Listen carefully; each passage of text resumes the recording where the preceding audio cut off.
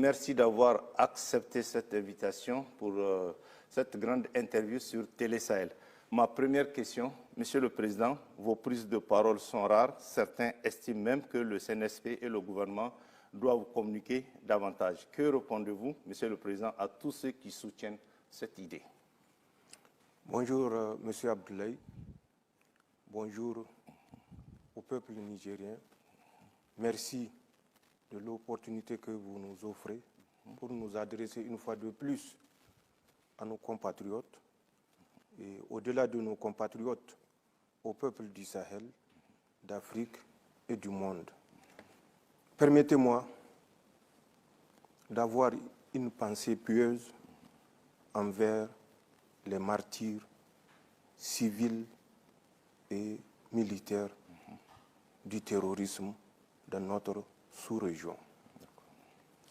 D'avoir également une pensée particulière envers les veuves et les orphelins, envers l'ensemble du peuple du Sahel qui souffre le martyre depuis plus de 10 ans, en particulier le peuple nigérien qui supporte non seulement les affres du terrorisme, mais les affres d'un terrorisme étatique à travers l'embargo et les sanctions injustes à lui imposées. Que Dieu subhanahu wa ta'ala couvre de sa rahma tous nos martyrs. Pour répondre à votre question, la communication, oui, c'est l'art de transmettre un message.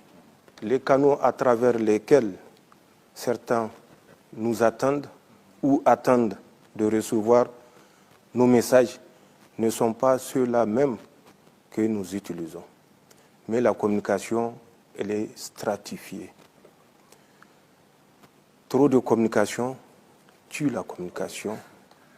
Et c'est pour cela qu'un État est organisé pour utiliser tous les vecteurs pour transmettre un message au peuple souverain. Et ces vecteurs-là sont utilisés par le Conseil national pour la sauvegarde de la patrie. Nous ne passons pas certainement à longueur de journée à la télé ou à la radio, mais si c'était le cas, on n'aurait pas pu exercer ce pourquoi nous sommes justement intervenus.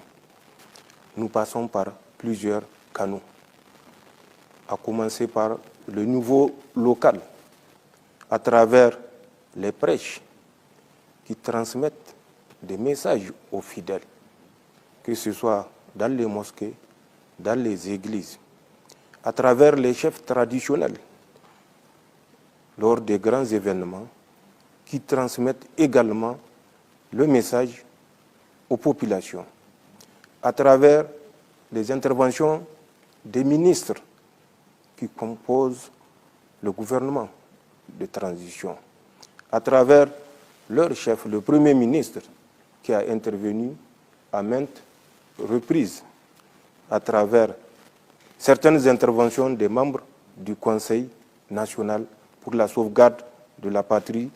Je crois que nous communiquons, c'est les moyens à travers lesquels nous communiquons que peut-être les gens pensent que ce n'est pas les moyens qui répondent à leurs attentes. Mais pour nous, le plus important, c'est que le peuple nigérien soit édifié de ce que nous faisons. Et je crois que nous parvenons à le faire à travers tous ces vecteurs que je viens de citer. Excellence, Monsieur le Président, 4 mois après l'avènement du CNSP au pouvoir, les Nigériens attendent toujours vos orientations stratégiques, votre programme de gouvernement pour une vision d'ensemble sur toutes les questions d'intérêt national, sur l'économie, le social et le politique. Qu'en est-il exactement? Je suis surpris d'entendre cette question, puisque quand nous avons intervenu, nous avons dit que notre premier souci et le souci sécuritaire. Donc, l'organisation de la défense.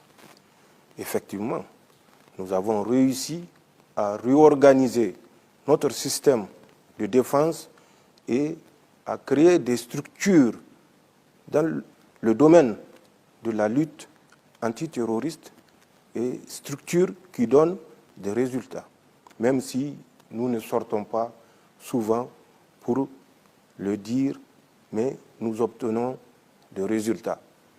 Certes, il faut comprendre que c'est une situation qui a duré plus de 10 ans.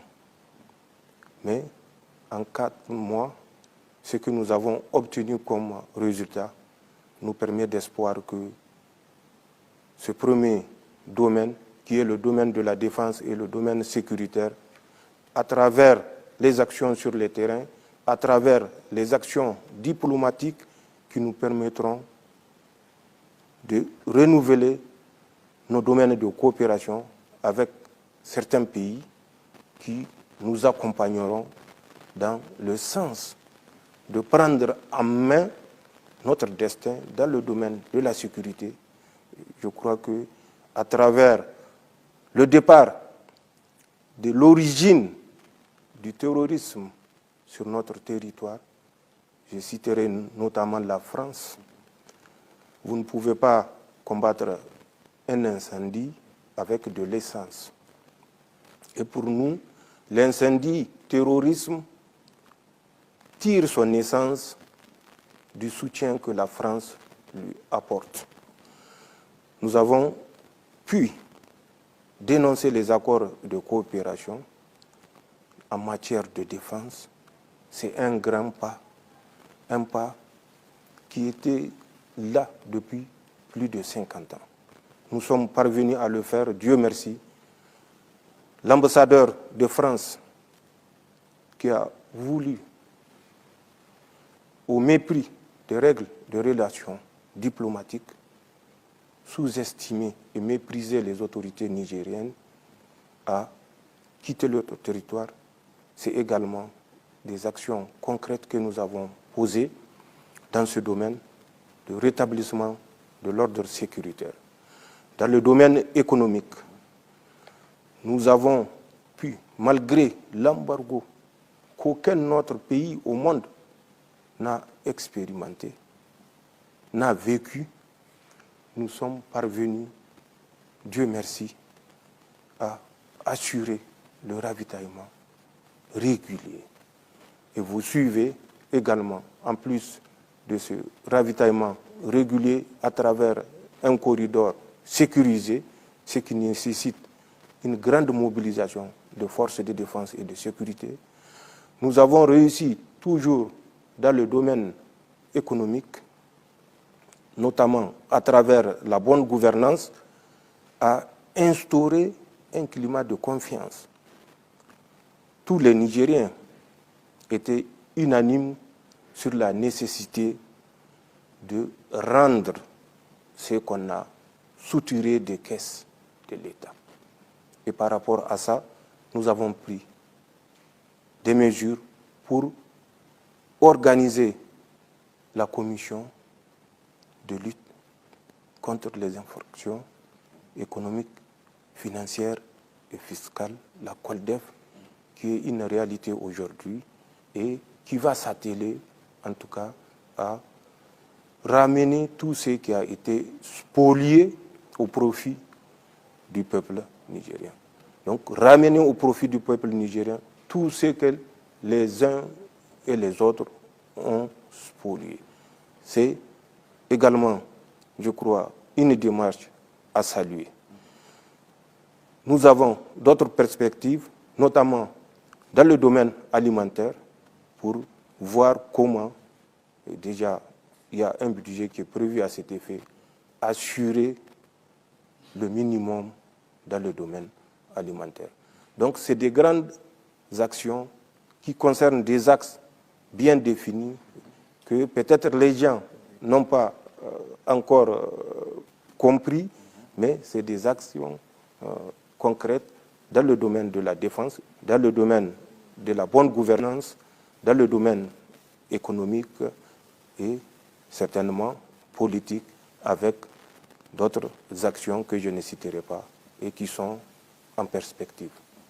Voilà ce que je peux dire de cette question. D'accord.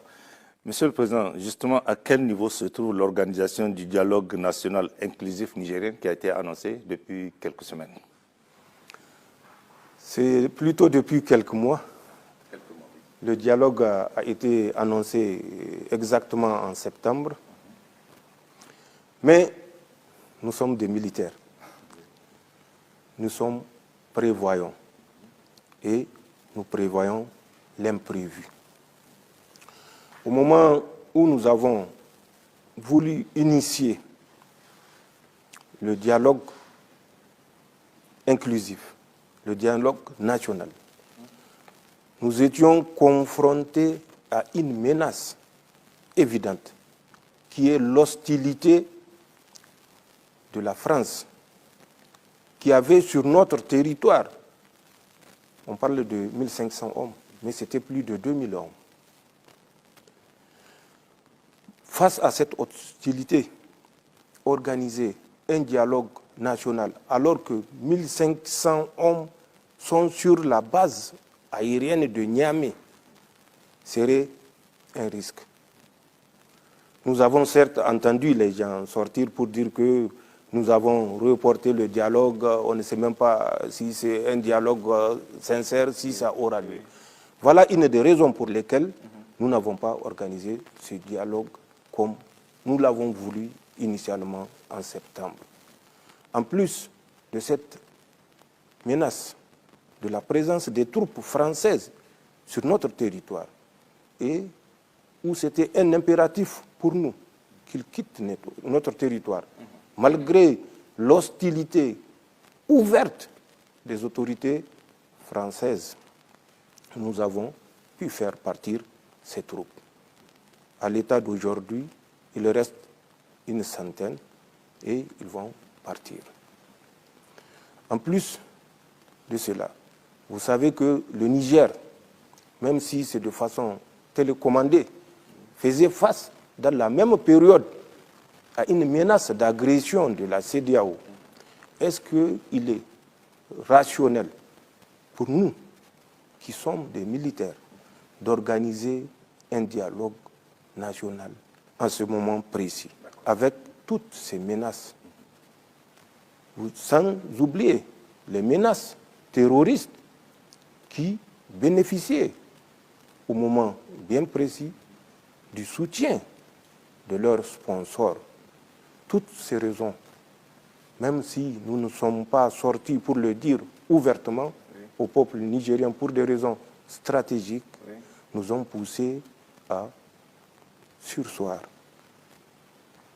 de ce grand rendez-vous à Niamey, puisqu'il devait, en fin de compte, se tenir à Niamey.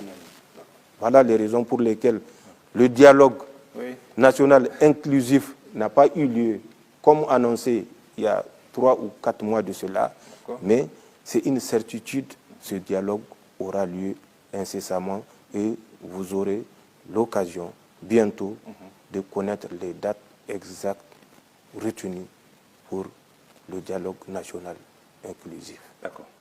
Merci, Monsieur le Président. On va continuer. Monsieur le Président, selon les informations à notre disposition, la campagne agro-silvopastorale n'a pas véritablement répondu aux attentes de nos populations. Quelles sont les solutions envisagées par le gouvernement pour faire face à cette situation? Effectivement, la campagne agricole ou agro-pastorale a été déficitaire à des proportions différentes. Pour ce qui est du domaine de la production agricole, elle est déficitaire à 39%. Ce n'est pas aussi alarmant que nous le pensons. Elle est déficitaire à 39%. Sur 13 468 villages, 5 343 villages sont déficitaires. Mais même si c'est 10% des villages qui sont déficitaires, c'est une inquiétude pour nous. Pour ce qui est du domaine pastoral, nous avons un déficit de 53%, un besoin de plus de 18 000 tonnes de matière sèche. Donc, 53%, c'est énorme comme déficit pour un pays dont l'économie repose notamment sur l'agriculture, mais surtout l'élevage. Par rapport à ces inquiétudes, nous avons initié des démarches qui consisteront à nous assurer que le 840 000 tonnes de céréales, dont 39%, soit 5 343 villages ont besoin, et en termes de matière sèche, c'est plus de 18 millions de tonnes. Et cela sera compensé par la mise en place des aliments bétail en quantité assez importante et l'approvisionnement des magasins au PVN en céréales d'hiver. C'est un souci, mais des dispositions sont prises, des fonds sont prévus pour cela et Inch'Allah, nous traverserons cette épreuve de plus. Monsieur le Président, cette autre question, c'est la vie chère que vivent les Nigériens dans leur chair suite aux sanctions inhumaines que la CEDEAO a imposées à notre peuple. Quelles sont les mesures prises par le gouvernement pour y faire face? Effectivement, le peuple nigérien vit dans sa chair les affres de la vie chère. Mais ces affres de la vie chère se sont accentuées avec l'embargo qui a été mis sur notre pays. Mais avant l'embargo, c'est une crise mondiale où tous les pays connaissaient une crise sévère et toutes les denrées ont connu une hausse spectaculaire. C'était la survie.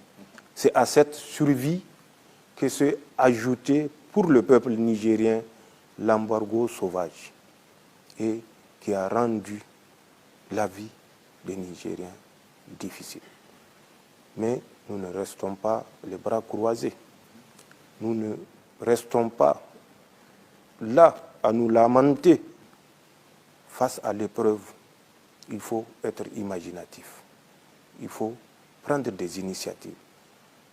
Et ces initiatives se traduisent, entre autres, par la multiplication du partenariat dans le domaine diplomatique à travers des pays qui sont sincères avec le Niger, même si nous ne sommes pas naïfs et nous connaissons que les relations internationales, c'est des relations d'intérêt.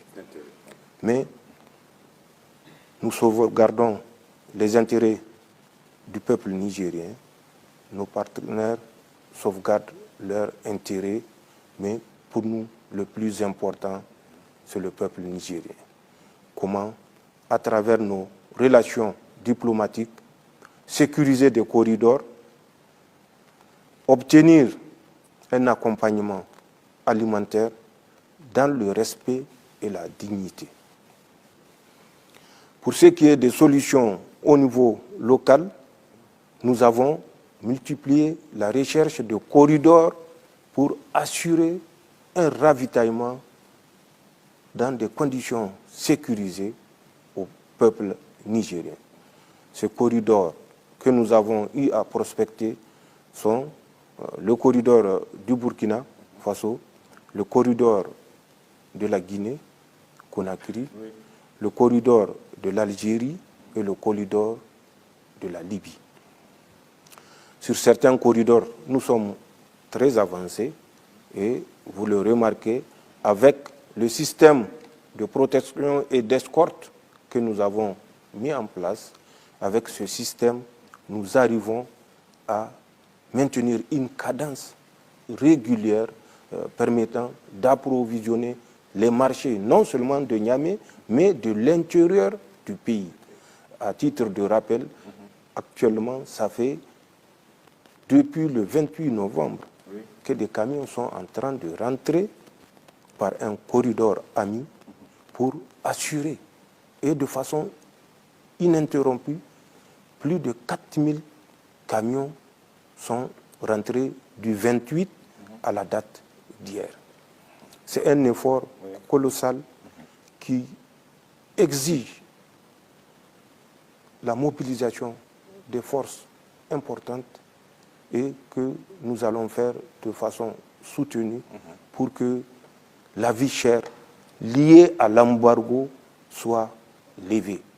Il restera bien évidemment la vie chère, vie qui est liée à l'environnement économique mondial.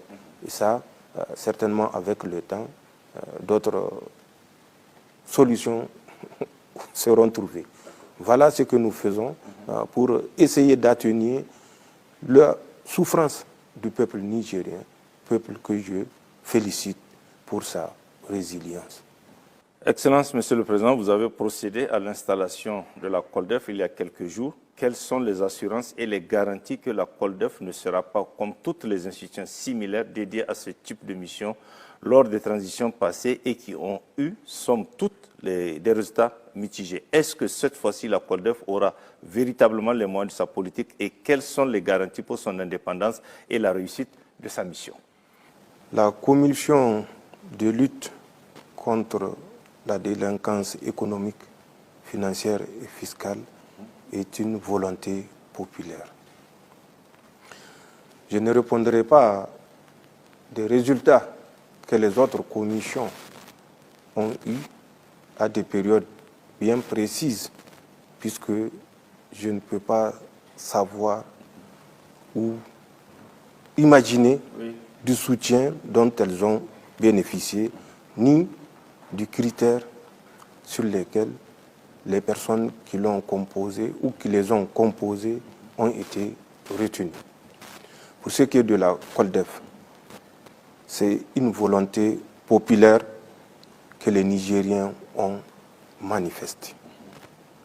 Face à cette volonté de justice et de voir que les biens de l'État soient considérés par tout responsable comme des biens sacrés, des biens communs.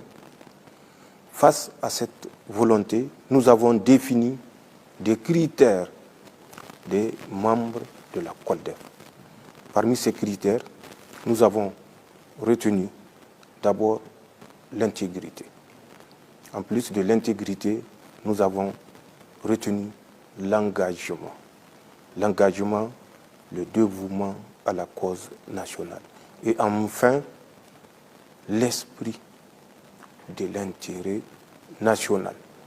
Puisque tout ce que nous ferons, sans cet esprit d'intérêt national, nous n'aurons jamais de résultats probants. Labousanino Zenchankassani. Plus de 10 millions de Nigériens, certainement, remplissent ces conditions. Mais nous ne pouvons pas réunir une commission de milliers de Nigériens, à plus forte raison, millions de Nigériens. C'est pour cela que nous avons trié, après avoir constitué des curriculums vitae des membres candidats à ce poste. Et si vous vous rappelez, lors de mon intervention en langue, j'avais appelé les Nigériens à nous accompagner dans les choix des personnes qui vont animer cette commission. De l'annonce de la première liste ou du projet de liste, des voix se sont élevées pour dire que l'enquête n'a pas été fructueuse. Il y a des personnes qui sont suspectées d'avoir posé des actes. Mais une suspicion reste une suspicion. Malgré tout, notre objectif étant de créer l'harmonie et la cohésion autour de la COLDEF, nous avons remplacé ces personnes qui sont suspectées. Et nous sommes parvenus à avoir une liste qui fait le consensus. Je ne dirais pas qui fait l'unanimité, puisque aucun domaine ne pourra faire l'unanimité. Cette liste de 35 membres avec un bureau va bénéficier de notre soutien total.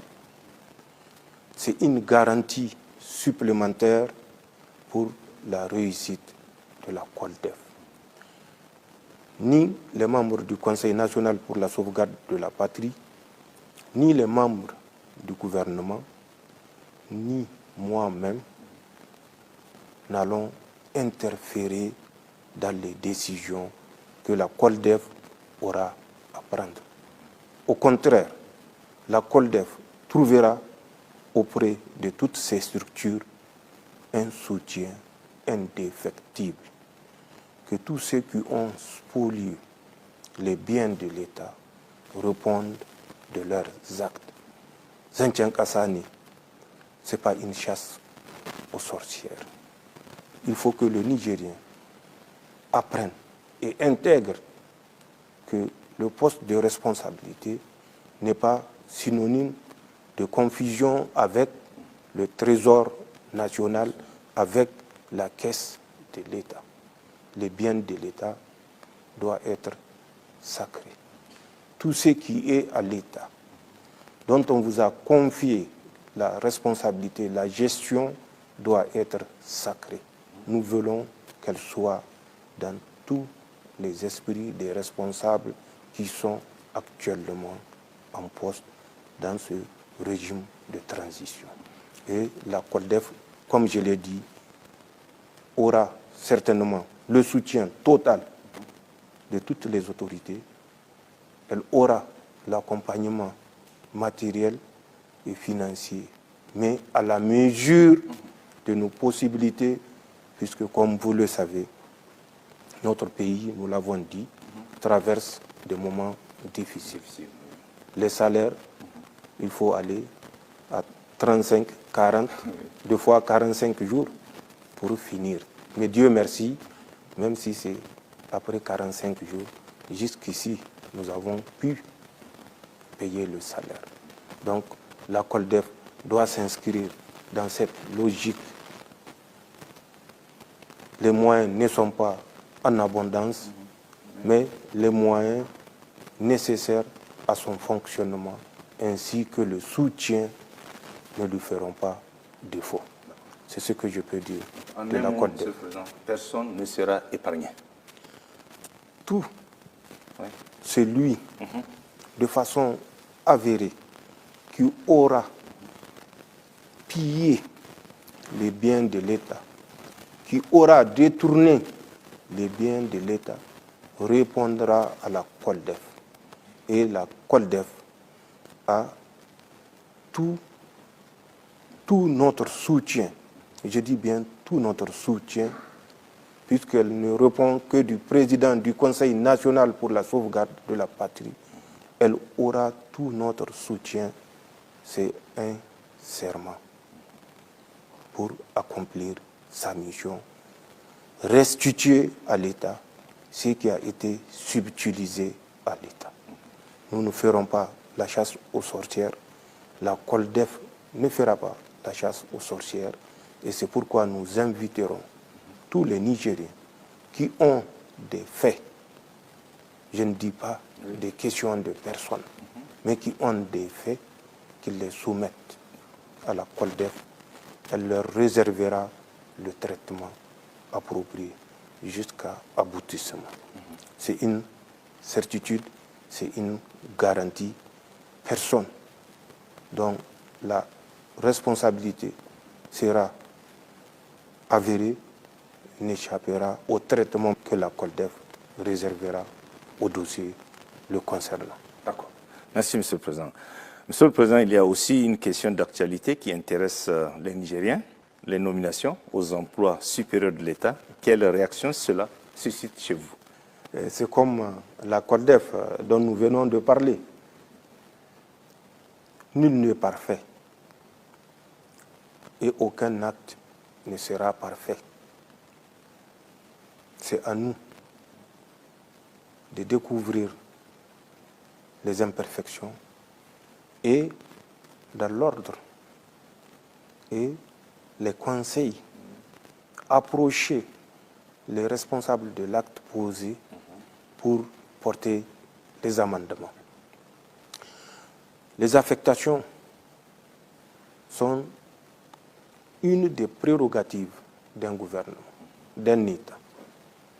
Ces affectations répondent à des critères de compétence, des critères d'intégrité et surtout des critères, comme je l'ai dit, de la haute compréhension de l'intérêt national.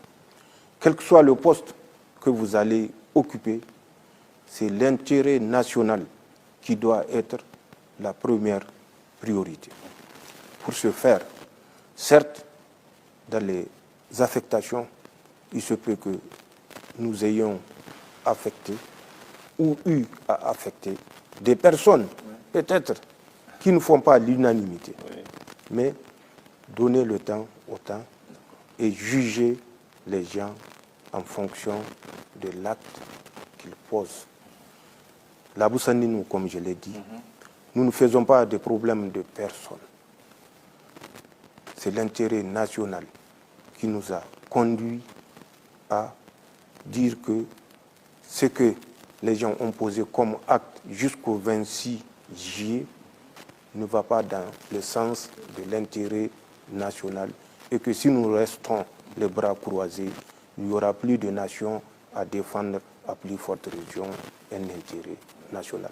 Donc, que les Nigériens, de la même façon dont nous sommes sortis librement pour mettre fin à la dérive, qu'ils nous ont soutenus, qu'ils nous soutiennent dans toutes les désignations que nous aurons à faire. Et comme je l'ai dit, s'il y a des propositions, des recommandations, que ça se fasse selon les règles établies. Un État fonctionne en fonction des règles, selon des règles définies et connues des citoyens. Donc, respectons ces règles et observons, donnons un délai de grâce aux personnes nommées pour en tirer des conclusions. Et c'est tout ce que je peux dire par rapport à ce domaine d'affectation ou d'occupation des postes qui font souvent l'objet de bruit. Mais malheureusement, des fois, des bruits sont exagérés. Quand j'entends certaines personnes dire que non, un tel ne mérite pas, si on ne le dégage pas, pour utiliser le terme militaire, nous allons en guerre contre le Conseil national pour la sauvegarde de la patrie. Quand on dit aux gens que certaines fonctions sont définies par des textes de loi, qui disent quelles conditions remplir pour occuper tel poste, et que certains compatriotes disent que, je ne dirai pas le mot, mais jeu de la loi, c'est au regret d'entendre des propos comme ça. Nous sommes dans un État qui respecte les règles. S'il y a lieu d'agir pour que le respect des règles soit observé, alors nous agirons. Excellence, Monsieur le Président, l'exploitation du pétrole nigérien suscite une série de questions sur lesquelles nos compatriotes attendent de l'État des éléments de réponse. D'abord, la première question que j'aimerais poser, quels sont les principaux gisements que nous avons au Niger? Effectivement, le domaine pétrolier, si vous vous rappelez, est un vieux domaine. Les premières prospections ont commencé déjà avant l'indépendance, dans les années 1959. Elles se sont poursuivies après les indépendances. À un certain moment, elles se sont arrêtées parce que Le problème que notre pays n'a pas pu résoudre, c'est le problème de prospection, c'est le problème de recherche. Nous attendons toujours que des compagnies étrangères viennent prospecter, faire des recherches sur notre territoire. Alors que nous avons la capacité et les moyens de faire ces recherches nous-mêmes en nous organisant. Donc, à un certain moment, les recherches et les prospections se sont arrêtées. Il a fallu attendre l'arrivée de feu son Excellence Tandja Mamadou, que son nom repose en paix, pour relancer et de façon dynamique et irréversible le domaine d'exploitation. Je ne dirais même pas de prospection, mais d'exploitation. Nous avons 4 blocs. Il y a le bloc Agadam 1 et 2, il y a le bloc Bilma et il y a le bloc Kafra. Ce sont des blocs où des quantités avérées découvertes par différentes compagnies, mais pas par des compagnies nigériennes, puisque, comme je l'ai dit, le Niger ne s'est pas encadré de dispositions pour pouvoir créer une compagnie qui puisse accomplir cette mission. Pour revenir aux 2 blocs qui font l'objet de débats, c'est le bloc Agadam phase numéro 1 et le bloc Agadam phase numéro 2. Le bloc Agadam 1, c'est la Soraz, un pipeline de 462,5 km de Diaouro jusqu'à Koulele, Wolelewa au niveau de Bikimbirji, à 56 km de Zender, où la raffinerie a été construite. Vous connaissez peut-être le fonds utilisé pour construire cette raffinerie, un prêt d'une compagnie chinoise, la CNPC. 540 milliards de francs CFA. 540 milliards de francs CFA. Ce n'était pas un fonds au-dessus de la capacité de l'État nigérien. Ça veut dire que cette raffinerie aurait pu être nigérienne. Tout simplement. Mais le président Tandja, que son âme repose en paix, a montré que c'est possible au moment où les gens pensaient que c'était une mer d'eau souterraine plutôt que de pétrole. Il a cru au rêve. Il a fait construire le premier pipeline, comme je l'ai dit, de 462,5 km au Niger. Il a fait construire la raffinerie dont il a fait une condition pour tout contrat avec l'État du Niger. Cette raffinerie, Dieu merci, c'est nous qui en bénéficions, puisqu'elle a été mise en œuvre ou en exploitation depuis le 28 novembre 2011, au moment où Tandja avait déjà, paix à son âme, quitté le pouvoir. C'est pour dire que les chefs d'État, leur devoir, leur responsabilité, c'est vis-à-vis du peuple. Aujourd'hui, ceux qui bénéficient des retombées de cette raffinerie, ce n'est ni Tandja, ni la famille de Tandja. C'est le peuple nigérien. Si les choses avaient été faites dans les règles. Mais ça, c'est un autre débat. En dehors de la raffinerie, Agadem phase 2, c'est le pipeline de Koulele jusqu'aux rives de l'océan Atlantique. 1950 km. Ce pipeline, à l'instar de la raffinerie et du pipeline de la raffinerie, a été effectivement réalisé également, une fois de plus, sur un crédit, mais un crédit contracté par une compagnie chinoise qui a investi dans la réalisation de ce pipeline 1440 milliards de francs CFA. 1440 milliards de francs CFA. Sur le marché international, le Niger aurait pu lever ce fonds si nous avons ou si nous avions une compagnie qui faisait la recherche et la prospection, puisque c'est les découvertes et les quantités de découvertes qui permettront de contracter de crédit, puisque c'est une garantie à laquelle les bailleurs de fonds ne peuvent opposer un refus. Mais soit le pipeline est aujourd'hui une réalité. Oui. Il a été lancé le 1er novembre de cette même année, vous vous souvenez, et sa production est de 90 000 barils par jour.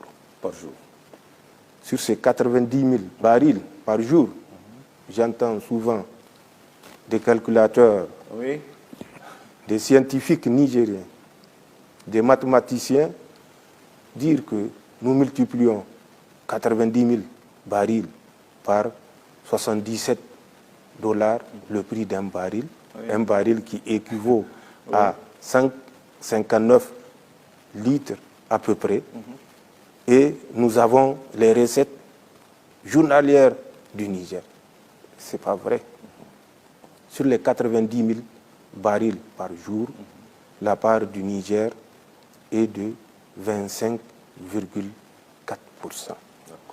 Multiplier 25,4% par 90 divisé par 100, une règle de 3, vous aurez la part exacte par jour du Niger. Et multiplier cette part par le cours du baril, vous aurez la part du Niger par jour. Et ça dans les meilleures des conditions. Et actuellement, le baril est en hausse et nous espérons que quand la production qui a déjà été achevée, le transport est en cours jusqu'à l'océan Atlantique, et effectivement, quand cette phase de remplissage des cuves dans l'océan Atlantique sera achevée en janvier, probablement, nous pouvons espérer, janvier prochain, Inch'Allah, nous pouvons espérer les premières sorties des barils du brut nigérien qu'on a communément appelé le Melek. Mais notre volonté n'est pas de commercialiser du brut. Nous voulons aller vers le raffinage.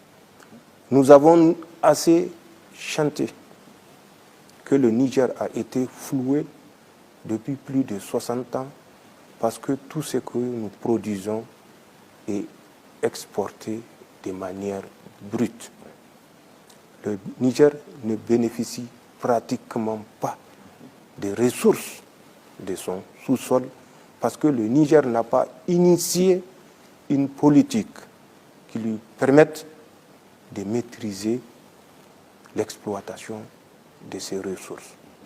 Nous voulons aller vers une raffinerie qui va transformer le brut nigérien sur le sol nigérien. Et ça, Inch'Allah, nous le ferons avec des partenaires, pas des gens qui sont là pour nous exploiter. Pour que le partenariat gagnant-gagnant soit enfin une réalité. Le pétrole brut nigérien, raffiné comme à la Soraz au Niger, en d'autres produits qui sont actuellement recherchés, notamment le jet l'essence que la raffinerie de Zender ne produit pas à suffisance, puisque c'est un tiers de la production des 20 000 barils qui est transformée en essence. Les 2 tiers sont transformés en gaz. Donc, le jet, pour les avions, nous allons fournir la sous-région. Nous avons des pays qui, malgré l'embargo, continuent à coopérer avec nous. Et c'est l'occasion de les remercier, notamment le Mali, le Burkina Faso, vers lesquels nous pouvons exporter le pétrole raffiné, que ce soit du gazole, du super, du jet, du pétrole lampa ou du gaz, selon la demande ou les demandes qu'ils feront. Nous avons dans le domaine du pétrole le bloc phase 1 Agadem, phase 2 pipeline. Agadem, c'est la Soraz, comme je l'ai dit, et la Soraz qui produit de l'essence et du gasoil, ainsi que du gaz et du pétrole lampa, depuis le 28 novembre 2011, et le pipeline, une longueur de 1950 km, dont les vannes ont été ouvertes le 1er novembre passé, et je vous ai également dit le coût de chaque investissement. Mais il faut que les Nigériens comprennent que dans le pipeline, sur les 90 000, le Niger, 25,4% de ces 90 000, ça doit faire, si mes calculs sont exacts, 22 860 barils jour. Multiplié par le cours du baril. Un baril, ce n'est pas 200 litres, c'est 158,98 litres, à peu près 159 litres. Donc, que les mathématiciens fassent le bon calcul et jugent en fonction des résultats de leur calcul. C'est ce que je peux dire dans le domaine du pétrole. Merci, Monsieur le Président. Excellence, Monsieur le Président, vous avez récemment effectué une visite d'amitié de travail au Mali et au Burkina Faso. Quel sens donner à cette visite dans ces 2 pays? Merci de la question. Pour nous, le Burkina et le Mali, ce ne sont plus des pays lointains. C'est l'espace de l'Alliance des États du Sahel.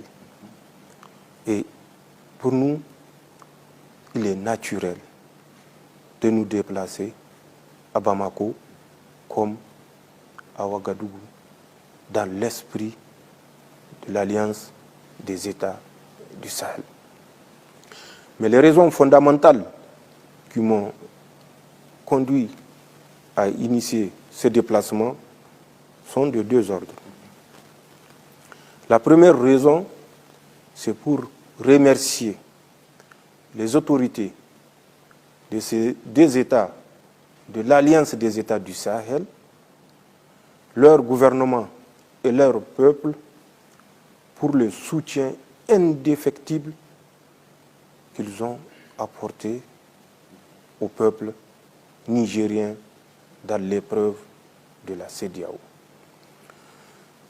Comme vous le savez, le 30 juillet 2023, 4 jours après notre intervention, la CEDEAO s'était réunie à Abuja pour décider non seulement de l'embargo, mais comme si le désastre de l'embargo ne suffisait pas, mais déclarer également vouloir constituer une force de la CEDEAO pour attaquer les Nigériens qui ont osé demander que la souveraineté de leur pays soient respectés.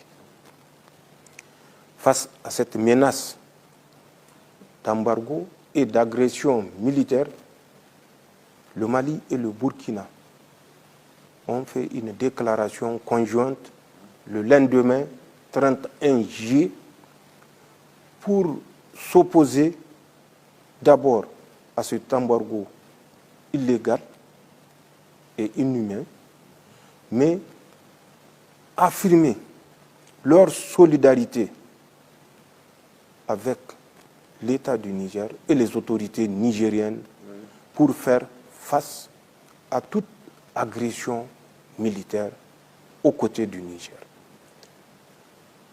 Cette déclaration, comme je l'ai dit, a radouci beaucoup d'ardeur, a tempéré beaucoup d'ardeur. C'est grâce à cette déclaration conjointe du Mali et du Burkina Faso. L'engagement et la détermination du peuple nigérien qui s'est levé de la déclaration de cette volonté de nous agresser et jusqu'à aujourd'hui pour dire non à l'embargo, dire non à toute velléité d'agression. Je lui rends hommage et le remercie et l'encourage à continuer car le combat n'est pas fini. Je comprends que l'Aboussani, oui. Mais des changements de régime, des transitions se sont succédées au Niger. Ces transitions n'ont pas bénéficié du soutien populaire des peuples du Niger, des États du Sahel, d'Afrique et même du monde. Et c'est une raison de plus pour féliciter le peuple nigérien.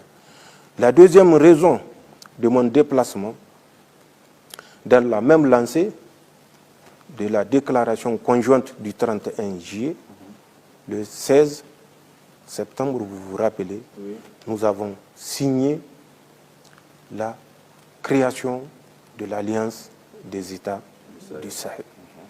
Cette alliance a pour objectif, puisque c'était le souci immédiat, le domaine sécuritaire, le domaine de la défense.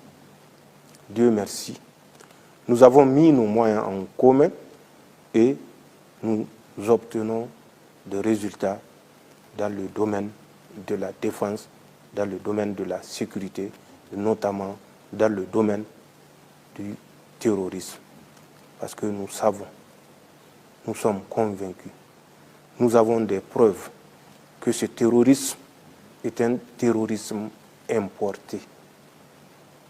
Quelles que soient par ailleurs les raisons que les gens ont voulu faire avaler aux Nigériens et aux États du Sahel, ce terrorisme est un terrorisme sponsorisé. Nous avons pu nous débarrasser de certains sponsors et, si vous le constatez, au Niger, au Mali et au Burkina, des résultats palpables sont obtenus dans le domaine de la lutte anti-terroriste. Mais le terrorisme de ceux qui sont armés n'est pas le seul terrorisme. Nous avons le terrorisme des États du Sahel qui ne font pas moins que ce que les terroristes font. Combien de Nigériens sont morts sur le lit d'hôpital parce qu'on manque de produits pharmaceutiques?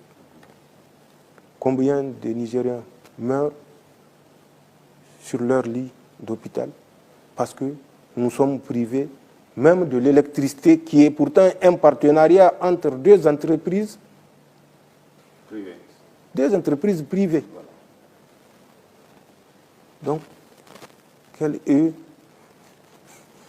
le sens du mot terrorisme quand on ignore que priver un pays du minimum en termes de produits pharmaceutiques, produits alimentaires, pour obtenir un accord ou pour contraindre le pays à faire des concessions politiques. C'est la même définition du terrorisme. C'est quoi le terrorisme? C'est l'utilisation de la violence contre des personnes innocentes pour contraindre à obtenir des concessions politiques.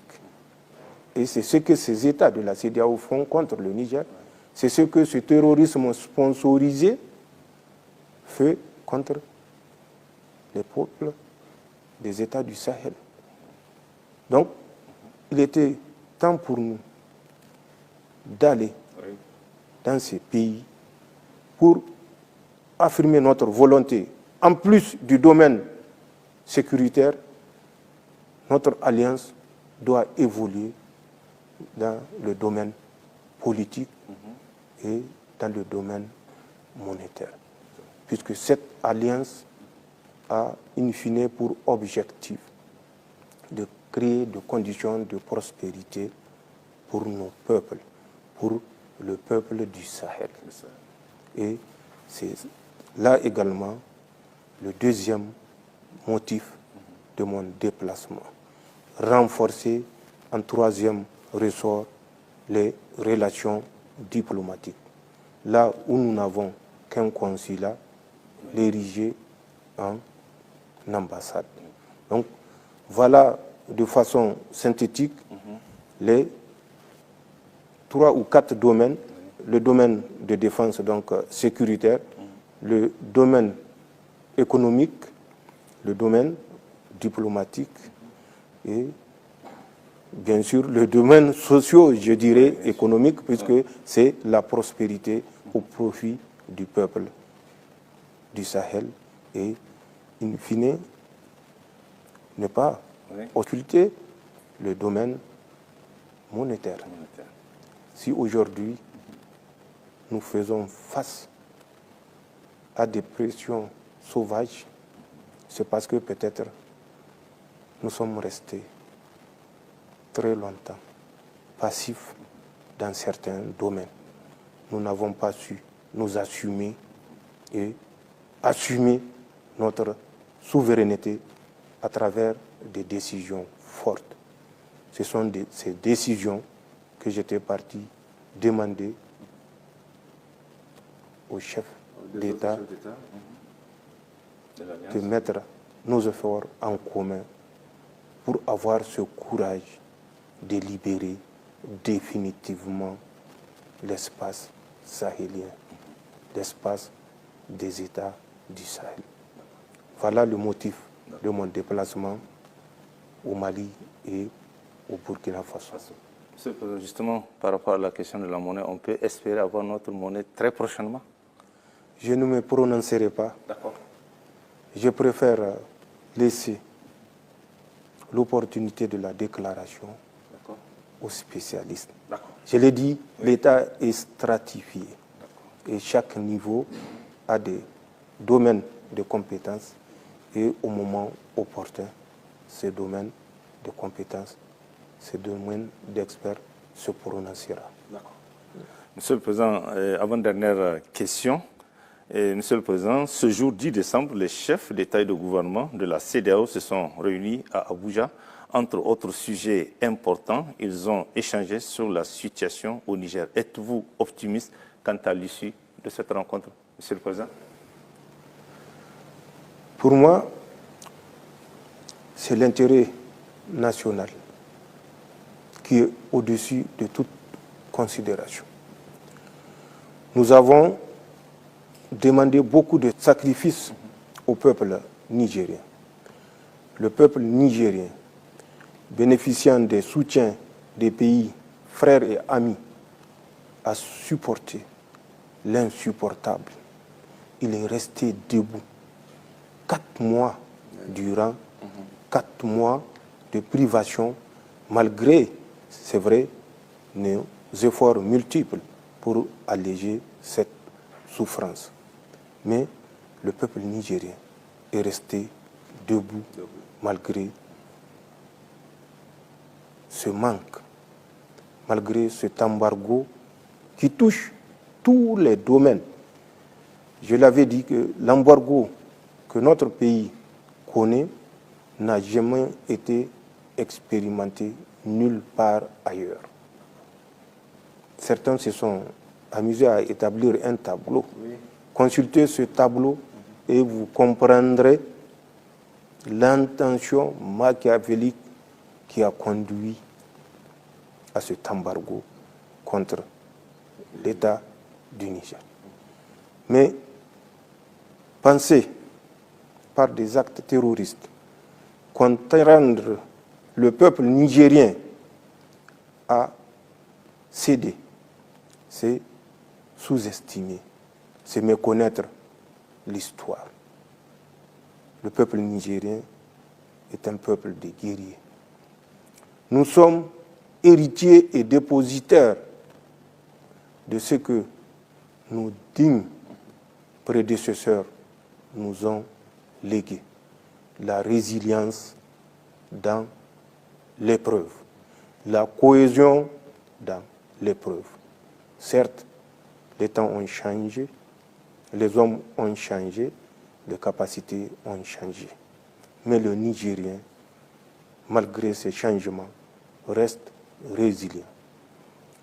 Mais ce n'est pas pour autant que nous allons demander au peuple, exiger au peuple de continuer à souffrir de cette situation. Mon espoir, c'est que l'embargo soit certes levé. Mais mon espoir, c'est de voir la nouvelle voie que nous nous sommes tracée nous conduise avec ou sans la levée de l'embargo de répondre à l'espoir du peuple nigérien, l'espoir de vivre en paix et dans la prospérité. Et je reste convaincu que ce nouveau partenariat que nous sommes en train de mettre en place avec des partenaires qui comprennent la situation de l'État du Niger, qui comprennent les raisons de notre intervention, qui comprennent le caractère vital de notre intervention pour notre pays. J'ose espérer que dans un proche, très proche avenir, que ces partenaires nous accompagnent à rétablir l'équilibre. Et Inch'Allah, avec ou sans levée de l'embargo ou des sanctions, malgré la menace de reconduire l'agression, le peuple nigérien sera debout dans le domaine que nous aurons choisi à travers ce nouveau partenariat que nous voudrons pour le bien de notre pays. On nous a assez muselés, il est temps que tout un chacun comprenne qu'il va de l'intérêt de notre pays, intérêt qui a été spolié pendant plus de 100 ans. Quand on parle de 60 ans, 65 ans, c'est limité aux indépendances. Le Niger a été spolié avant les indépendances. Le Niger a continué à être spolié après les indépendances. Et il est facile de constater le degré de spoliation dont nous avons été victimes à travers les accords que nous avons progressivement dénoncés et que nous continuerons, Inch'Allah, à dénoncer pour le bien de notre peuple. Et ça, que personne n'en doute, nous allons poser des actes dans les jours, les mois à venir, Inch'Allah, qui affirmeront davantage la souveraineté de notre pays et la prospérité retrouver. Inch'Allah. Excellence, Monsieur le Président, pour finir cet entretien, cette grande interview, quel sera votre mot de la fin? Merci de l'opportunité pour dire une fois de plus mon admiration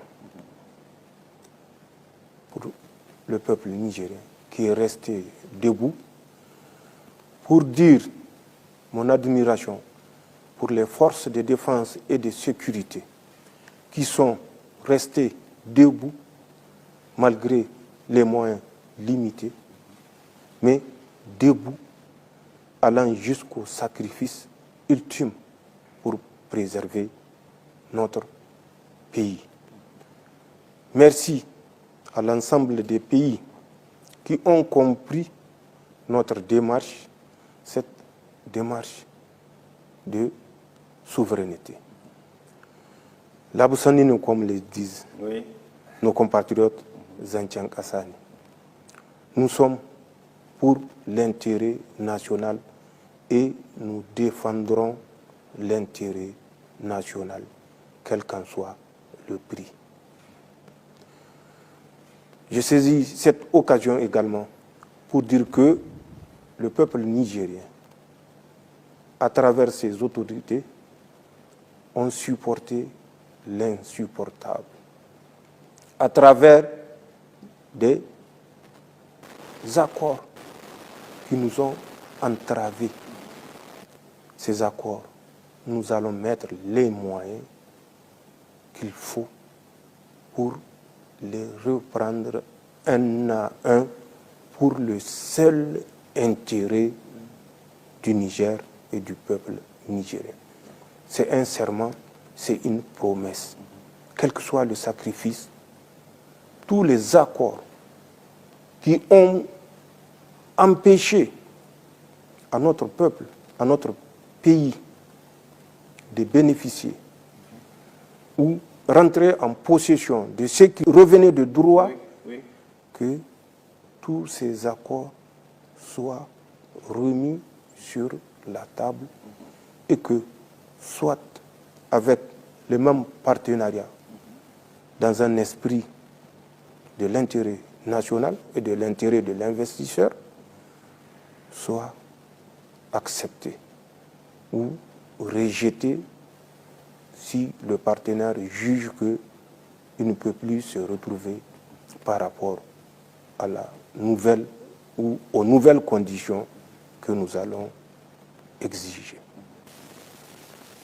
Est-ce pas aberrant de découvrir que le Niger, pays classé toujours dernier de la planète, que ce pays renonce aux taxes et autres droits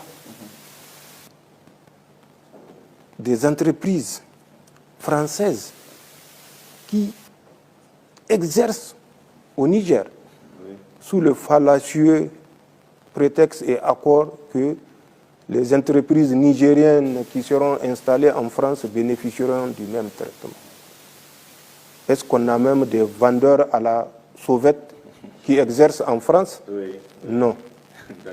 Donc, c'est pour comprendre à quel degré, et ça fait plus de 60 ans que ça dure. Et quand j'entends que les Nigériens pensent que des actes n'ont pas été posés, je me dis que nous avons besoin de connaître notre pays.